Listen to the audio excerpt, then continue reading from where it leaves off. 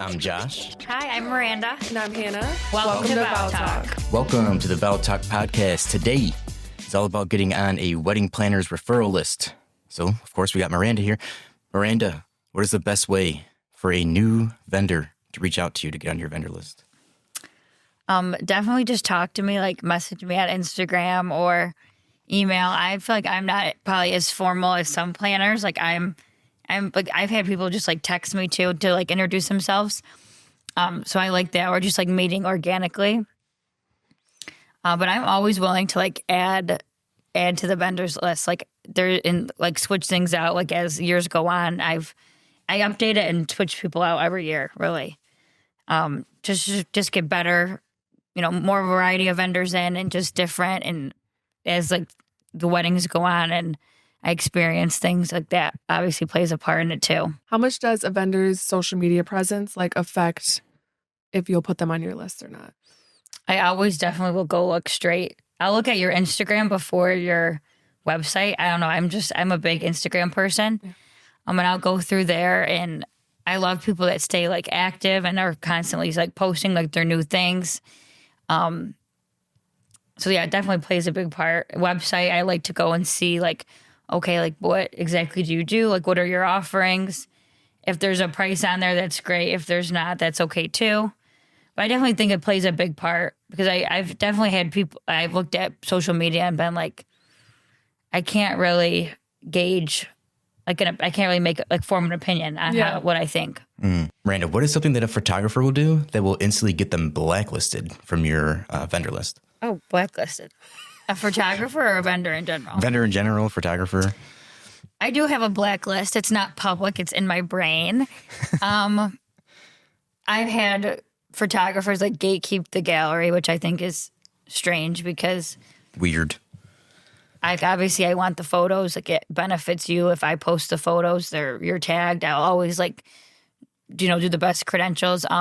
But to get blacklisted, if you're not like collaborative and you're not fluid, and I find that with a lot of my clients and a lot of full service, they all have a lot of like demanding jobs. Mm-hmm. So sometimes, we do have to meet later in the night, or I find that it's just a little bit of a different experience and they're not always so like available, which is totally okay. And I'm used to it because that's a lot of my clients. So when vendors give me a hard time about certain things, like I'm like, yeah, no, thank you. Yeah, I never understood why like other photographers don't want to share the photos with another vendor. One, it helps each other grow. It betters the relationship. Why be so like stingy? That's kind of like how I see it. Yeah, I think that the whole vendor team should get the photos. I do Whether too. that's, and I know that there's some photographers would rather send out the gallery themselves. And I always say like, I know you guys are busy, especially in the middle of season, you're editing. I'm like, I can share the gallery with the vendors. Like that's not a problem. Because I'm in a communication with a lot of them frequently anyway. No, but I've always thought that was very strange. There's definitely been some weddings that I was really excited to post, and then I had to like fight for the gallery. And at that point, I'm like, I'm over it now. Have you had a photographer try to like charge you for the photos? Like, if you want access to these, if you want to use these for promoting yourself, like this is my fee. No, I've never had that. Okay. No, for the most part, especially like if it was someone like if I like recommend that photographer, I feel like they're always very like quick to get me sneaks, quick to get me photos. Yeah. But I feel like there's like a gray area about the photos because as much as like they are like private to the couple and sentimental, like it is a business. So like there are things that like I need, like as a wedding planner, like I absolutely need to post the tablescapes. Like I have to post the things that I design, like stationery. Like there's things that are like, I feel like a couple is looking for when they're going to hire me. Yeah. But since content creation is like so new, what is like one thing that a content creator can do to show that they're more professional and not just like another person like showing up to the wedding with an iPhone? For me, I think it's really important. Like the timeline, I'm very strict on the timeline. So like that's something that like if we were doing a wedding together, like I would bring you on to the call, just like just like the photo and video.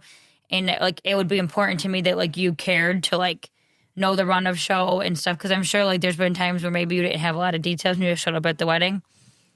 But like even if that was the case, I would still go over everything with you, so you were like on the same page. All right, Miranda. So instead of just like being good at their craft, right?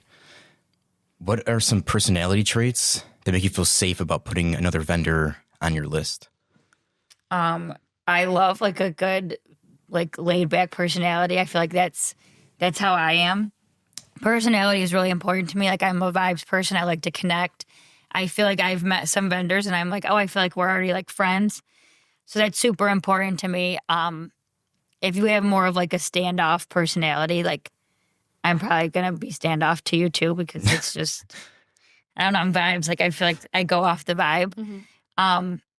But like having a good relationship is super important to me. I have a lot of vendors like I just text. Yeah. And it's more like informal, but I mean, it works. So, and I'm very efficient. Like I'll never waste anyone's time. I'll always like really chat through things with my couple, before I even like approach the vendor about certain things. So that's like a big thing with me too, is like, I definitely like would love, like, I love when people like have that same respect for me that I have for them. What is like has there ever been like a cringy way that a vendor has like reached out to you or like been a little bit like too aggressive to like network with you or get onto your vendor list? Over the years, and I definitely think like recently I do get like a lot of DMs and I get a lot of people that want to connect and talk with me, which I'm honored. Nothing's ever like too cringe. I think that a lot of new photographers too, like they see, I've had a few really cool designs with the weddings. I had one wedding where the bride was from Florida, so we incorporated like palm trees. I've had a few, I think, that like really stand out, so I can see how, why people would want to collaborate with me, and I mean that like in the best way. Yeah.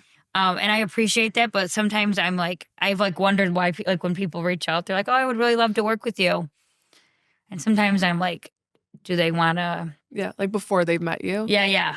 Like, because I could be like bossy and like kill the vibe, because I know some planners are like that. I'm not like that. I'm very laid back. I think people do want to work with me because I have more of that like that approach. Mm-hmm.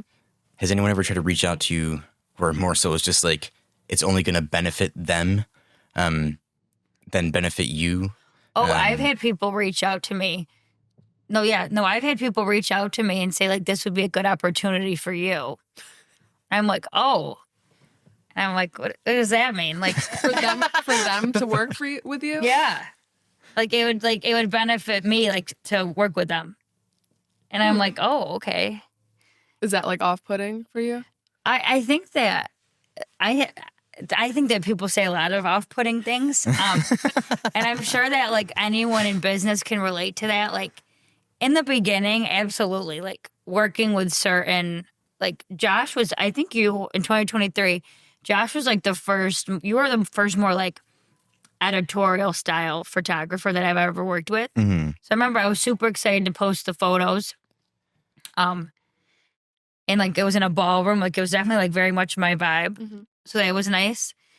But yeah, I've definitely had some weird things. So when vendors are reaching out to you, would you ever recommend like a cold approach, or you're not going to put someone you've never worked with on your vendor list? So I actually have put people on my vendor list I've never worked with before. When I started doing more full service, and now that's all I do, I really sat down one day and I was like, okay, so I need editorial, I need documentary, I still need that, normal portrait. I needed a lot of different styles. Yeah. I needed light and airy, dark and moody. I needed a little true to color. So I did put vendors on there that I've never worked with before. And then I did end up, now I'm working with them because, or the couple actually had them before me. And then as far as like entertainment, there's so many different things, DJ, band, saxophonist. Like I need to find and locate a lot of different vendors. And then I'd always do my due diligence. Now I am a little strict about like certain things that I book. Yeah. But I'll even like reach out. Like if I like found a photographer and I wanted to put them on the list, like I might ask you like, hey, like what do you think of this person? Like this is a style that I don't like have on a list yet, but their photos look great. Like, and you might be like, oh yeah, I know them. I used a second shot for them or something. So I'm definitely still very collaborative and like trust my, like the people that I've built relationships with. Yeah. I feel like it's nice too because you can kind of almost like curate the day with like your favorite vendors and like know that it's gonna go well. Like I know like when I'm going into a wedding day and I know like that I like the photographer, I like the couple, I like the venue, it's like, okay, today's like gonna be such a good day. Oh yeah. So I feel like you have like an advantage with that because you're actually like picking the people. I always say it's like, did you ever work in a restaurant? Yeah. It's like when you work in a restaurant, you're like on the way to work and you like pull into the parking lot and you're like, okay, so who's working today? Yeah. And you're like, oh, it's like the A team. Like everyone is cool. Like we're gonna stay and go out after or whatever. It's the same thing. Like, and now like I have, there's so many moving parts of the day that I love full service because I do get to curate and I always will. My biggest thing with planning is I'm curating it to still tailor the couple. It's not like I'm not going to be like, oh, I love working with Josh. Like you have to work with them if it's not Josh's style. Because I also don't, I think that's where things get tricky too.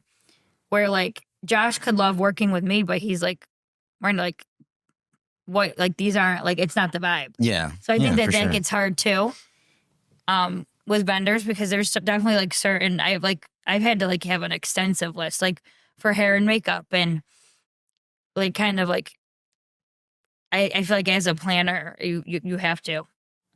And then every year I kind of like tweak it a little bit. I'm always looking to add more, like, especially like content creation is, it's like in such in demand now. I was actually going to ask you, like, if you're not available, who else should I recommend? Because that's not something that I'm super familiar with either. And when it comes to like justifying the prices, like it was something where I didn't know like what was appropriate. Yeah, that's so true. I like that's why I always have been transparent and asked you like what you charge and like what it entails. And the one wedding that we did where I did the decor, I got like a huge drop box. I was like, oh my God, this is a lot. I was like, this is a lot of stuff. Like, so that was super cool to like see. And now I can like almost reference that to couples. Be like, this is like a kind of what you get. Yeah. I feel like in terms of like you sharing a photo gallery, like content creators sharing like a Google Drive that they, I've heard of like some content creators not sharing the whole drive or like they'll talk and be like, how much do you give vendors? Because if we're giving you raw content, it's like you can edit a video yourself with the raw content. So it's like still wanting to tag like, you know, video credit is from them, but like you edited your own video with the content. So, I mean, but I always give everybody content. You're good you're good about that. A vendor is lucky enough to get onto your vendor list, right? So lucky to work with Miranda. But how many chances do you give them before you're just like, all right, I got to take them off. Like I can't trust this person or vendor anymore. Yeah. So I'm very big. And so I come from like being a manager, like in venues, country clubs. So I'm very like open door policy. Like if there's ever an issue, if we ever work together and there's something that's bothering you or something that's unsettling, like always come and talk to me. Like I'm very big on like if I don't know about it, I can't fix it or I can't do anything about it if I don't know. So when there's been issues, there's been discrepancies in contracts, which I'm protected by my contract that if like you come to the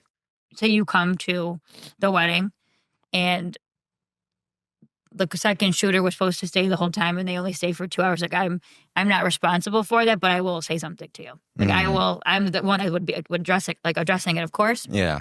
So I'll always like I'm like old school. Like I'll call you and be like, hey, like, you know, I love working with you, but like this happened and like this cannot happen. Like I'm sorry. Like I hate to be like the bad guy, but I have to be the bad guy. And when there's been things that have happened, the vendors have been extremely apologetic and they're like, they do value the relationship. So I didn't take them off the list and I just talked to them and I just had said like, I'm not trying to give you a hard time, like, but there's just things that like that just can't happen. Like, and they understand, but it's hard because it's like that's like the hard part of the job is like having to crack down and kind of like pull apart the things. But I go back through now and I like read all the contracts very thoroughly. I read them before the clients sign, and then like following up like closer to the wedding. But I'm also very big on like everyone needs to come and like do their job.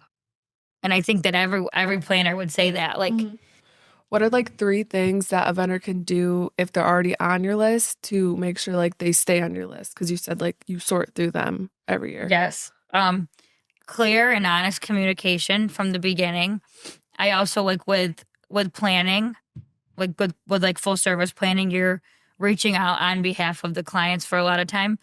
So you're like having like a pre-conversation. So like I'll text you and be like, hey, Hannah, I have a wedding at Oak Hill, and these are the details or whatever. Like I would, like if you're like Miranda, that's not something that I'd be interested in. Like that's okay. Like I would rather vendors just be honest. And a lot of people are. So that sticks out to me because I'm very big on like, if you don't want to be here, like I don't want you here in the nicest way possible. But like I don't, if it's not something that you're like interested in doing, then like I'd rather you tell me. So that's important. The second one would just be like how the day is. Like if you're just like a great person to be around on the day, like of course like a planner, like I'm kind of like all over at once, but I feel like I do spend a lot of time with photo and video because I'm very hands-on when it comes to that. Like I help facilitate the first look. I'm very, if we spend a lot of time on like design and detail work, of course I want a lot of that, being captured. So I feel like same thing with like entertainment. I stand up there with them when like everything's going on. Like, so I feel like you definitely like see me a lot, like on the wedding day, like, and that's just important. Like you're never going to be like, where was she all day? So like, if you're like, just like good overall for the day, like I love that. Like I have a wedding coming up in June. And the videographer was like, I can't wait to work with you, bestie. And it's like, yeah, like I like the vibe. He trying to get into paint. No, it was a girl. I'm just kidding. It was a girl. I'm really a vibes person. So that's like, if you have a good vibe, like we're good. Like I'll want to work with you forever.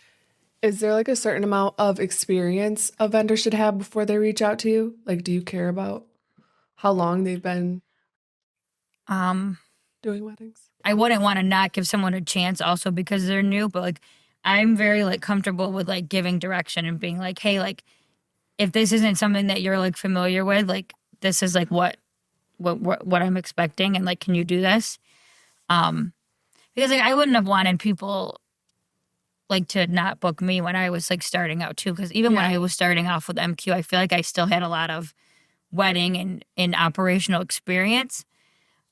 Which someone else could too. Someone could have done like, for example, like video in a different capacity for like a company, and now they want to be a videographer, and they might like throw other video, like they might like blow us out of the water with different things, and they might be able to bring cool elements to things. So I always try and stay very, very open-minded, but I'm also like very honest with the clients. Like I've never worked with them before, but I'm pretty good at like I was saying about the stationery. Like I have one stationeryist that I work with. We have a really good relationship.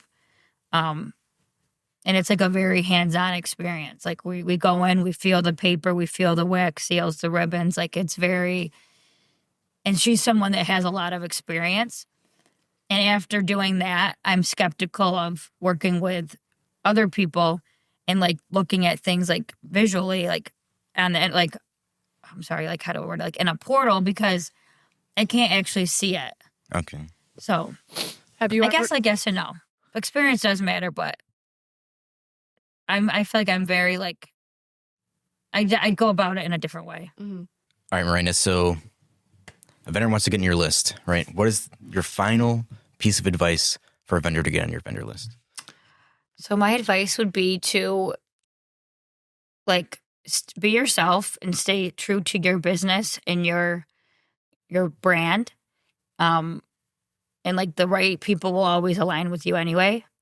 Like, don't try and change anything to fit into like a box of someone else's because you want to work with them. Like, that's not, I don't like that. Yeah. I don't think that's good because ultimately, like, everything's always going to fall back on you anyway. So you have to stay true to like what you want and what you're looking for. So it all meshes together. And that is a wrap on today's episode. You can find me on Instagram at Josh Reyes Photo. Miranda, where can they Why find do you? I forget mine every time? MQ MQ_events Events _.